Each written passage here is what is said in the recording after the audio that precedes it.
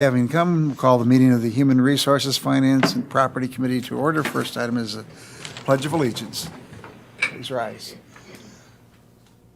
I pledge allegiance to the flag of the United States of America and to the republic for which it stands, one nation, under God, indivisible, with liberty and justice for all.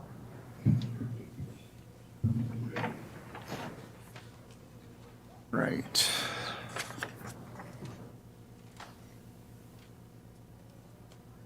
We'll jump down to item 6B, discussion of possible action on the 2023 county budget. And we can either start with, maybe for the sake of discussion so we can then amend it, I would ask if there would be a motion to approve the budget, and then we will go through the amendments. Moved by Chair Gibbs. Is there a second? Seconded by Supervisor Zhang. And with that, I know that there are some discussions relative to the budget. So we had Chair Gibbs, Administrator Leonard, Chris Holman, and I had a meeting on Thursday, just talked through primarily the capital side of things, and would like to float some ideas relative to changes in how we fund some of the projects. And one of those, I don't know, Lance, do you want to walk through that? Or Kurt? I can. Well, first I'll talking about where.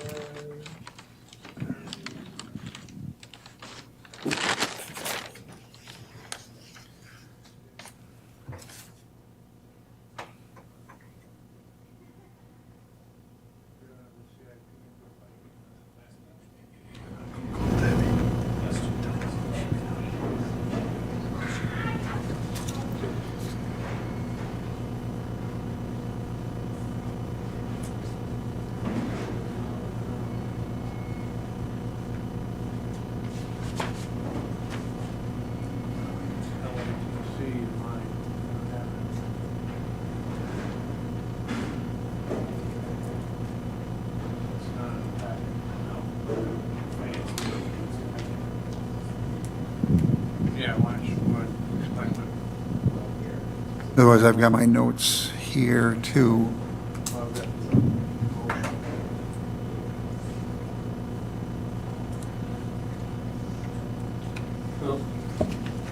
Initially, there was a discussion about one of the funding sources for several projects was the small CIP funding balance that we have every year that we use for that the county uses for small projects that come up during the year.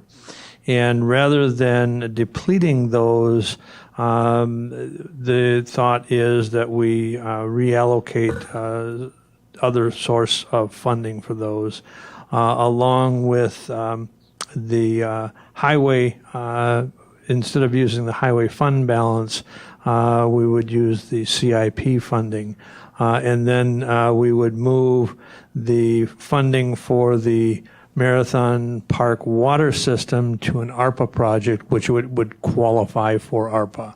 So I would make a motion to move $805,007 of the Highway Department rolling stock from the highway fund balance to CIP fund balance, leaving $152,593 in the highway fund balance for the same total of $957,600, along with moving $950,000 from the Marathon Park water system compliance from CIP to funding from ARPA, and then moving the $79,993 for the Lakeview Professional Plaza parking lot replacement, taking that out of the small CIP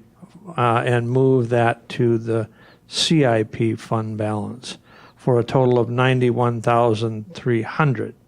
And then also moving the $65,000 from the carpet replacement in courtrooms 2, 3, and 5 from the small CIP fund, also moving that back to the CIP fund balance. So that would be my motion, Mr. Chairman. Is there a second? Is there a second? Supervisor Leahy, you're looking perplexed.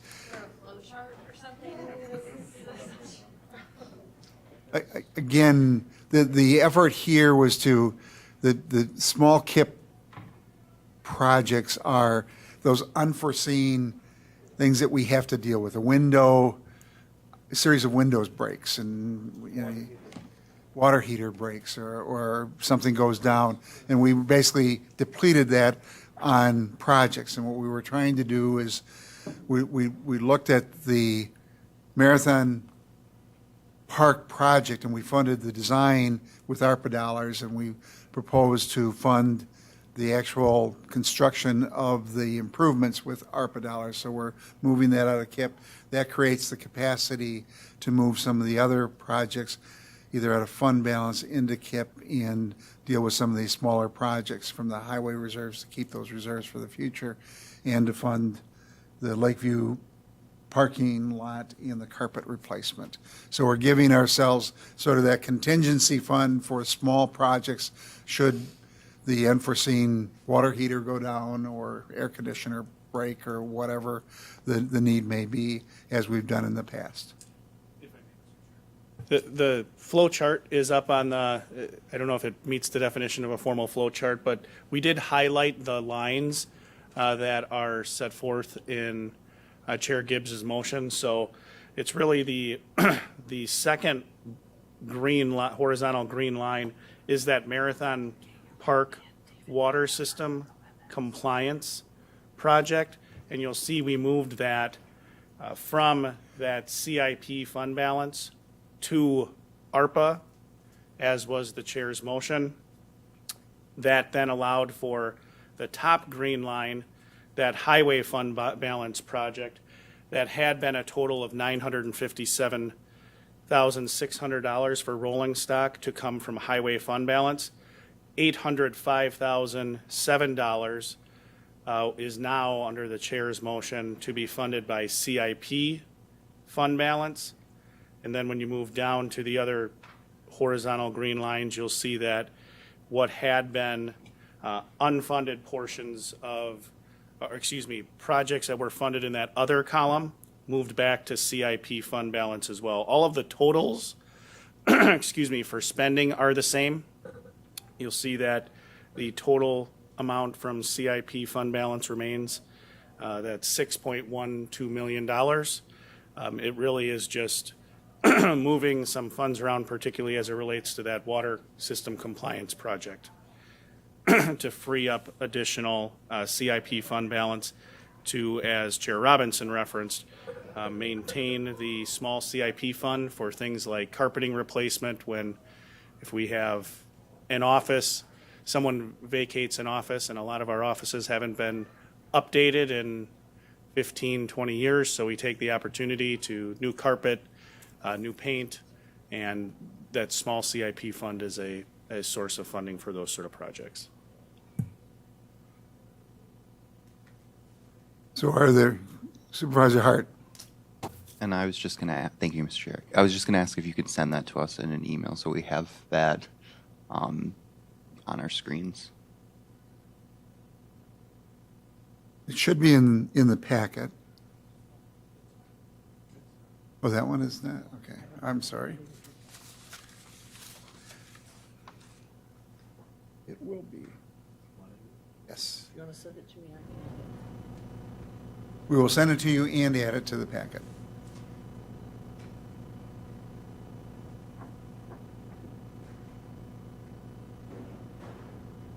Any other questions relative to that?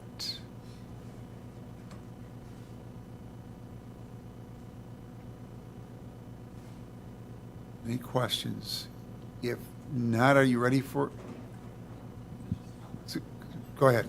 And yeah, the comment was, I think I do support this upon getting this. I do agree that we should keep that small CIP balance open for those small projects.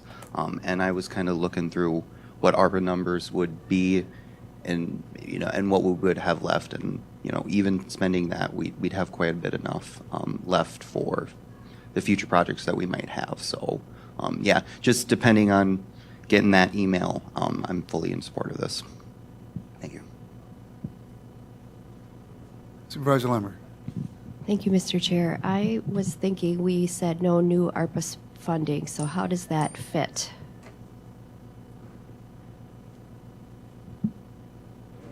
How does it fit? Yeah, didn't we say we weren't going to have any new borrowing and any new capital projects for ARPA? So what am I? Well, the budget confused? contains funding for ARPA dollars for the utilities, the 400 and some odd thousand, and we looked at it from the perspective of what makes sense, and the county board had already gone on record as supporting the funding for the design, so we felt that that was consistent. One of the things we tried to do also was begin to reconcile where we are with the ARPA approval. We had a PTO balance liability reduction where we budgeted $500,000 and we actually spent just under $160,000. We had the Highway Department 4-year transportation plan enhancements where we had approved $10,338,000 approximately, and we are now doing those through fund balance because of the uncertainty of whether or not, if we use ARPA funds, whether it would qualify for general transportation aid. So between those two funds, we freed up 10.6, almost 10.7 million of approved ARPA funding, and basically rolling it back. We'll have to reconcile that in the future with the county board. But our thought was that the one project made sense in light of the action that we had taken earlier relative to the design.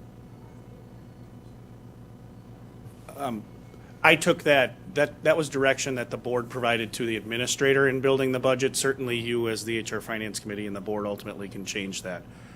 As I referenced in my budget presentation to you, I think it's a prudent financial move to utilize American Rescue Plan Act funds for things that you are very confident fit the criteria for American Rescue Plan Act funds, particularly in light of the points made by Chair Robinson that you've now essentially freed up that over $10 million that you previously had allocated to those projects. I would indicate with the chart in your packet on ARPA funding, that summary chart, there is one additional project that I did not include under the second round submissions. There was a request for funding from the Village of Stratford for $500,000 for some infrastructure improvements to various streets within the village. So just so you're aware of that in terms of your overall ARPA requests.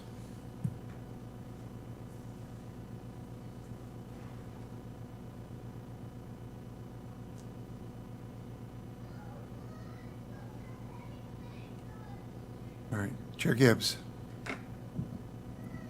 Thank you, Mr. Chairman. I think from the reality is, since we said that we weren't going to spend additional ARPA, that was with the understanding that we had already allocated almost $20 million. But we're pulling back $10 million for highway that's now back into ARPA. And when you look at the other, if you look at that chart, there's also a little over 2.8 million that's being pulled back that was allocated for broadband. There's 10,000 that's pulled back that was allocated for Uniquely Wisconsin. 340,000 that's pulled back from the PTO overtime. So by those. When you pull those back, reallocating 950 of that for this project is still consistent with not spending more than what we had already originally allocated.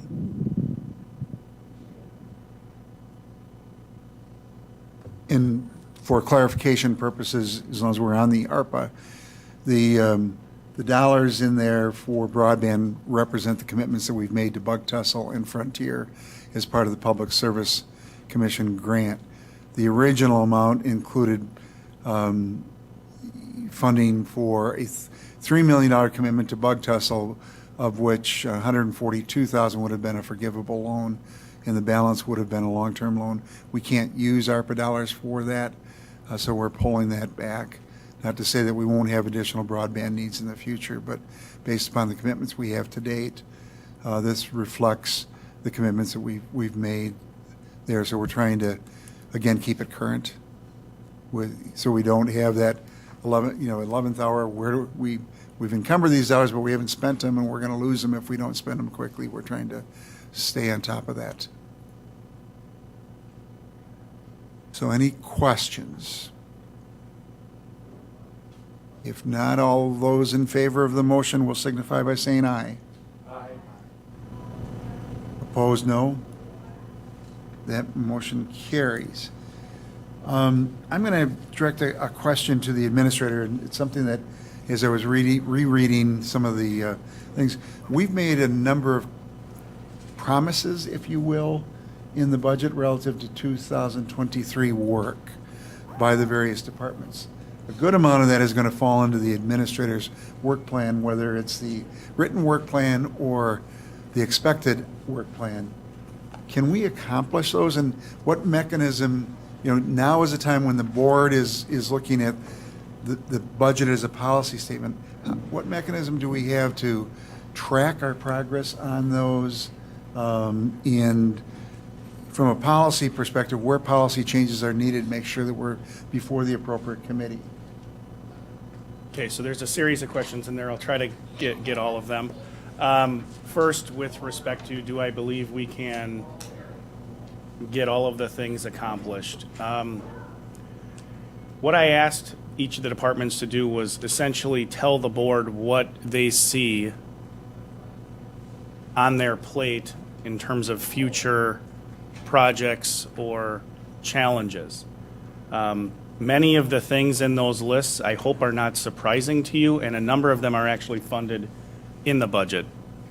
Off the top of my head, for example, the District Attorney's Office challenges with respect to digital evidence maintenance and management.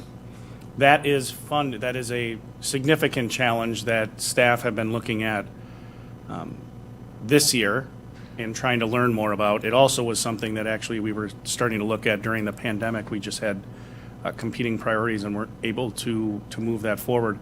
But there is funding in the budget to actually fund what we hope to be a solution. That was within the CCIT budget. You recall in the first couple of pages I referenced $60,000 for enhancements to our digital evidence storage capability. So it's really hopefully tying a lot of the funding allocations within the budget together with the practical or operational things we're attempting to address within each of those departments. I'm an eternal optimist. I hope we can get all those things done, but I have no doubt other things will come up, as they always do during the year, and then we'll need to make resource allocation determinations about where our time is best spent. And I think to your last question, Supervisor Robinson, are the appropriate standing committees involved?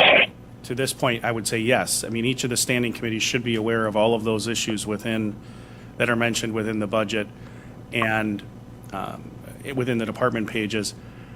Another example, the potential study of consolidated emergency medical response services. That has been a long-standing topic of discussion at the Public Safety Committee. Similarly with the District Attorney's Office challenges for evidence. So all of those committees, I believe, are aware of each of those items based on my understanding. But I have no doubt that things will come up that will challenge us to say what is most important. We have representatives from North Central Healthcare in the room, and this year we're in the awkward position of being asked to vote on a budget that includes the funding for North Central Healthcare without them having finalized their budget. And I know it's a work in progress, and that budget has been at the same level of county tax levy support for 10 years. They have also made a ARPA request to deal with some of the shortfalls associated with the pandemic as it relates to the nursing home, outpatient services, and other activities. And they've got, in talking through it, I think it makes sense for us to try to get our arms around the North Central Healthcare budget and deal with that backlog and the situation that we find ourselves in, depleting our reserves. But there was a request for $1,850,000 of ARPA funds for the healthcare center. And I would encourage us to consider that as part of the budget going forward. Kurt. Well, thank you, Mr. Chair. As most of you know, I serve as the North Central Community Services Program Board, also known as North Central Healthcare, as their chair on the board. And the financial challenges that NCHC is seeing, some of them are carryover from COVID, and so. I have all the confidence in the world that we're on the right path to correcting some challenges, and so one of the things the request is for the $1,850,000 one-time ARPA funding this year to utilize, and if we look at one of the requirements of ARPA, or one of the abilities for ARPA, was to use that for direct funding to programs that were affected by COVID, and I think when you look at the three that I'm going to propose that we utilize some of this funding for to backfill some of the shortfall, outpatient services, for example, to date through September 30th. The loss that North Central Healthcare has realized in outpatient services for Marathon County only. Again, there's a distinction. Yes, there's a 3-county entity, but the accounting is accounting for only Marathon County's portion is $940,569. You put on top of that Mount View Care Center. Mount View Care Center is when we look at comparison to last year and to this year, we've made some great strides as far as improvements. However, to date, we still have a through September 30th of 2022, a $599,208 loss. And then one of the expansion services that everybody is understanding is well needed, and that is our youth behavioral health hospital. First went online, not that long ago, yet the losses are fairly significant, and part of that is through the summer. There's not a lot of not a lot of referrals from schools for children that need assistance there. And so the loss through September 30th there was $907,512. Again, all three of those losses are Marathon County's portion only. They total $2,447,289. So I will make a motion that we take and allocate the $1,850,000 in ARPA funding to North Central Healthcare to offset the losses in those three programs identified as part of this year's 2023 proposed budget. Is there a second? Second by Supervisor Hart. Any discussion? Supervisor Marshall, you've got your hand raised. Yes, actually, it was on the previous question, but I do have a question on the North Central Healthcare and the outpatient services. How much of the loss has to do with the fact that because of their remodeling, their construction, they did not open when they had earlier anticipated opening? We have representatives from there, Gary or Mort. You want to just come forward and, yeah. If for the record, if you could just identify yourselves. Yes, I'm Gary Olson. I'm the Finance Director for North Central Healthcare. When it comes to the outpatient services have been open. It's the MMT that will be opening soon due to the construction. So that program will be opening soon. But and I'm new to the organization, but as far as I know, the outpatient services have been open and running, that the construction hasn't really impacted that one as much. Explain the MMT. What it stands for? Medically monitored. I'll let you do that. I apologize for all the abbreviations. We use a lot of those out there. MMT is medically monitored treatment. That means you're under the care of usually a physician or a psychiatrist in most cases on a daily basis. That's a hospital, psychiatric hospital.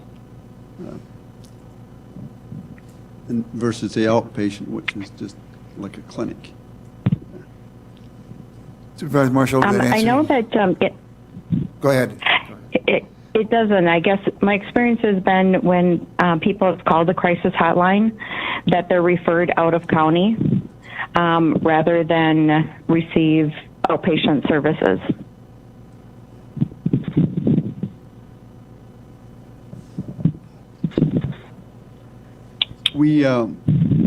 We sometimes refer people out of the away from the clinic if they don't meet the requirements, the statutory requirements for our programs. I can't give you any specifics, but I know that does happen on occasion. But it's based on the eligibility for those particular folks that show up in need of treatment and care. If they fall under our eligibility standards, then we accept them. If they don't, we refer them to someone else. I know that for a while you were experiencing some staffing issues relative to crisis. Has that issue been rectified? It's not been fully rectified, and let me just give you a little background on that, because that has been the major challenge at North Central for 2 years. We're still having that that challenge. Here's the problem. When you operate 24/7, like we do in the hospital, the nursing home, and even the crisis stabilization facility, you have to staff those operations 24/7. With the COVID challenges, we had great difficulty, and still do, in filling all of those staff positions. For example, in Montview Care Center, in the nursing home, if you can't achieve 100% staffing in that nursing home 24/7, you have to reduce your capacity. You have to reduce the number of people in the nursing home that you can serve because there are state standards that are very strict imposed on nursing homes. For so many clients or patients, you have to have so many staff. Well, if you're short of staff, you can't find enough CNAs or whatever, then you have to reduce your census, which means you lose money. And when you do get staff, you're usually hiring them from temp agencies, which costs about 3 times your normal cost for a staff member. And so it's kind of like a double whammy. When your census is down, you're losing revenue. When your staffing is down, you're paying 3 times the amount to get staffed up to level. And over 2 years, that has really slammed North Central. We're kind of getting back to normal, but we're not there yet. And as you know, most businesses and many organizations are still having trouble fully staffing. I'm not sure why that's happening, but it affects us as well as everybody else. Just can't get enough people, especially the support type staff, CNAs, housekeeping, and people like, just can't get enough to apply. So we're really in a difficult situation. And that difficulty extends across all of the programs at North Central, but it's particularly severe where you have to have 24/7 staffing round the clock, and you just can't get those people. Supervisor Marshall, do you have a follow-up? No, thank you. I think one of the expectations that the county board would have is that once your budget is finalized, that they be shared with us. As it relates to next year, we understand the financial problem, but I think from a perspective of transparency and accountability, we would look for that. Chair Gibbs. Thank you, Mr. Chairman. I think one of the other things, and I think you alluded to it, Mr. Chairman, earlier, is, Marathon County's allocation to North Central Healthcare hasn't changed basically over the last 10 years. Yet everyone knows here, we went through a pay study and what that impact had on the needs, not only exclusively for Marathon County, but those same challenges were facing North Central Healthcare. And then, we have continued, we, meaning the county, has continued to ask North Central Healthcare to do more with the same amount of dollars. And so I think one of the things that we're challenged with is, and like I said, when we're looking at this from the board standpoint, we totally have confidence that the leadership that we're moving forward with is the right approach. However, I think there will be a time when we're going to have, a budget that's going to be balanced and will be accountable. So, like I said, I truly support this one-time funding, and as soon as we have a budget, I'm sure we will be sharing the budget with the Marathon County Board. And one of the reasons why I support putting it up, taking it up now, is a number of supervisors have approached me relative to what is the fiscal condition at North Central Healthcare and what are the asks going to be made of the board. I think that this tries to put some sideboards on what that commitment is and bring a little bit more certainty, and understanding that there $1,850,000 is not $2.4 million, reflecting the losses in those programs, but we would look for other adjustments in the internal budgets for them. So is there any other discussion on the motion to use ARPA funds to fund that North Central Healthcare for, I think the identified purposes were for outpatient services, Mount View Care, and youth behavioral health? Any other discussion? If not, all those in favor will signify by saying aye. Aye. Opposed, no. That motion carries.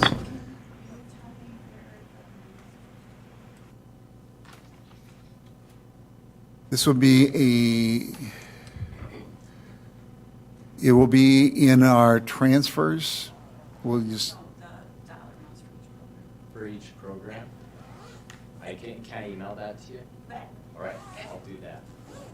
and then later, a question that I have is later, while we have you there, don't leave. We have before us a local assistance and travel consistency fund application, which we just found out about, that is $50,000 a year for qualifying counties, and we are one of the qualifying counties. I know that I have been advocating for an expansion of the crisis assessment response team, and I'm wondering if, can we earmark those funds for a specific purpose going forward, and could we earmark those for CART expansion? I know that we don't have our arms around the program, but it would be a start in the direction of providing that expanded service that has the support of the Wausau Police Department and the Sheriff's Department. And if we do, should we build that into the budget? Go ahead, Kurt. Thank you, Mr. Chairman. In looking at that program and what that program was designed for, I'm not sure that there's not sideboards on those payments, but I would defer to Christy. When I looked at it, it was allocated to counties that had federally controlled properties in, whether it be national forests or whether it be, in this case, I believe the federal property that we have is over in Anawa, the old radar station from the Air Force. That's the federal property, and there's a minimum allocation of $50,000 per year. But I thought in reading some of the paperwork that I was looking at, I think there is some sideboards on that, so I would look at that first before we allocate it here.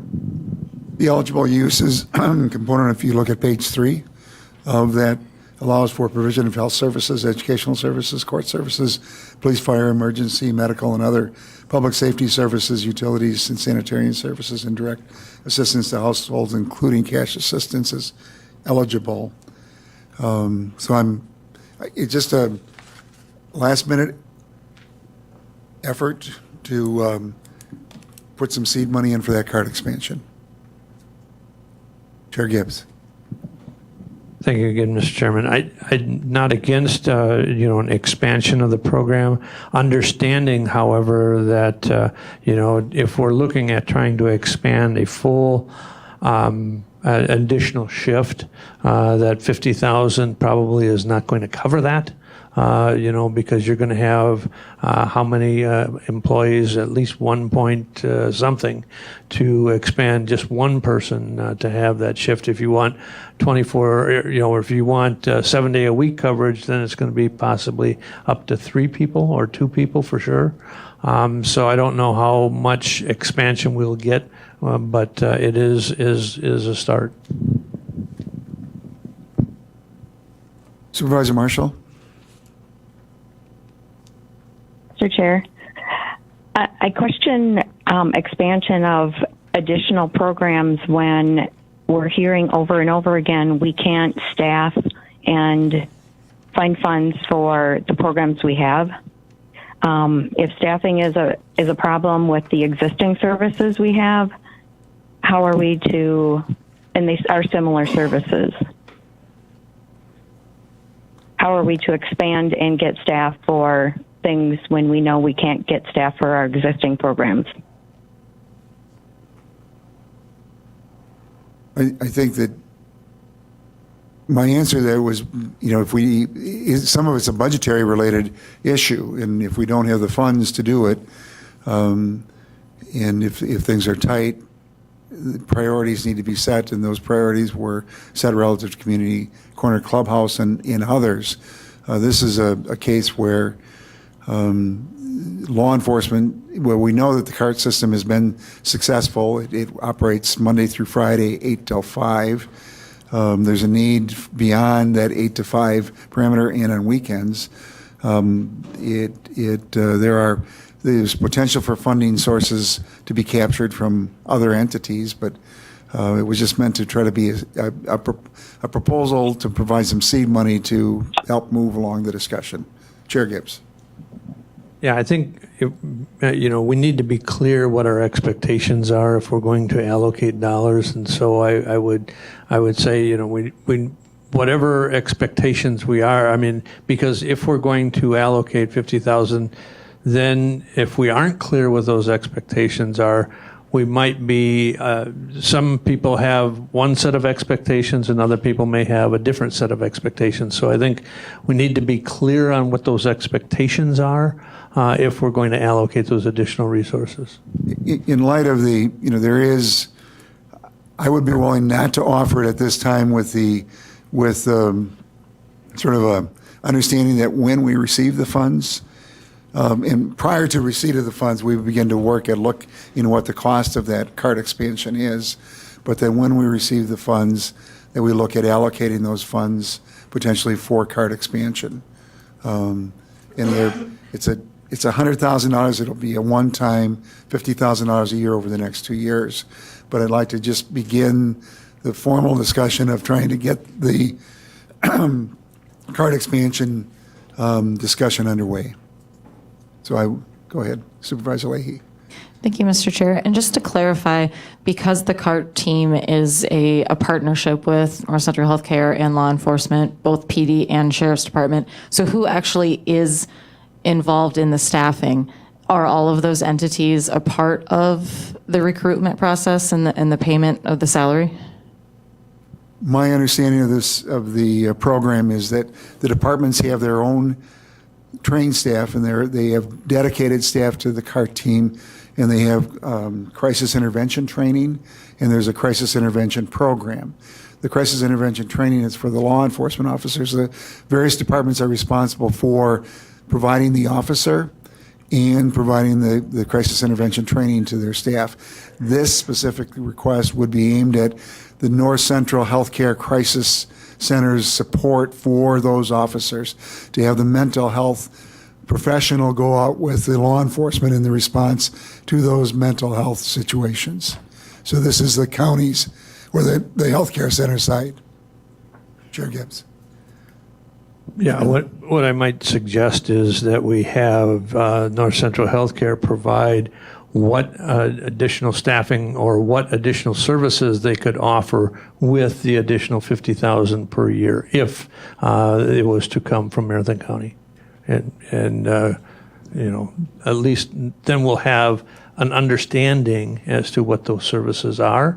And what they might be, but also is there interplay, as the vice chair of this committee has talked about, is there communications with the other two law enforcement agencies, and is there need for additional staff there? All right, any, excuse me, losing my voice, any other items or amendments coming before us? If not, the issue of approval of the county budget, does that include the resolution? We haven't voted on it. We have the motion before us as amended. With the two amendments, one for the ARPA dollars and one on the capital side. Do we need to have a separate motion on the resolution? I think no, Mr. Chair. I think approval of the budget and forwarding it to the board for consideration forwards that resolution along with it to the full board, so that I think it's a one procedural step. All right, is there any other discussion?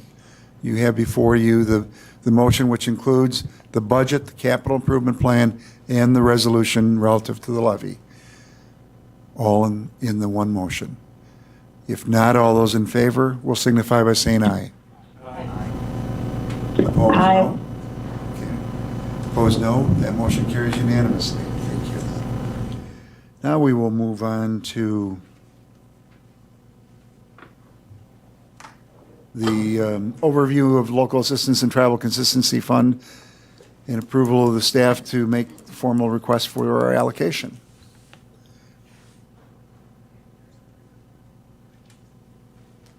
Thank you, Mr. Chair. I won't belabor this too much. There are materials in your packet. We were just made aware of these funds as Chair Robinson referenced, and for those of you that do participate in the weekly phone calls with the Wisconsin Counties Association, you'll recall that this was a recent topic of discussion. But as Chair Gibbs referenced, Marathon County is receiving in this year's budget $50,000 as well as $50,000 in next year for next year's budget to be allocated, as this document seems to indicate, in pretty broad ways. We have pretty broad powers to utilize these funds, and you've already started the discussion about, where do you want to essentially invest those funds? How do you want to utilize them? This is just making you aware of the fact that we received them. Christy and her team have reached out to the Treasury to execute all the necessary documents so that we will receive those funds in the future. Not entirely sure on how quickly that'll happen, but just making you aware that this really is one component of the overall American Rescue Plan Act, the state and local funding that came with it, but it's $50,000 for Marathon County both in 2022 and in 2023. So we would need a motion to authorize staff to make the application. Moved by Leahy, seconded by Lemmer. Any discussion? If not, all those in favor will signify by saying aye. Before we do. It doesn't look like it's an actionable item, though. It looks more like an education. Oh, I'm sorry. Yeah. I'm sorry. Yep. I stand corrected. We will be making an application. Thank you for correcting us before we. So we will make the application. You've been apprised of it. When we get it, we will need to go through the transfer and acceptance. All right, anything else before us? Could I ask that our meeting on the 25th be moved from 3 to 4? And that is because the Public Service Commission and National Telecommunications and Information Administration are doing a broadband seminar that day in Wausau. Mr. Chair, if you wanted to move it to 4, is that correct? I do have a school board meeting as well that day there as well for our annual budget hearing as well. School board. What time is that? It starts at 6, so I just want us to be done by 4. We will be. All right, anything else? If not, item 9 is before us. Anybody wish to make the motion? Moved by Gibbs, seconded by Zhang. All those in favor of adjournment will signify by saying aye. Aye. Opposed, no. Aye. That motion carries. Thank you.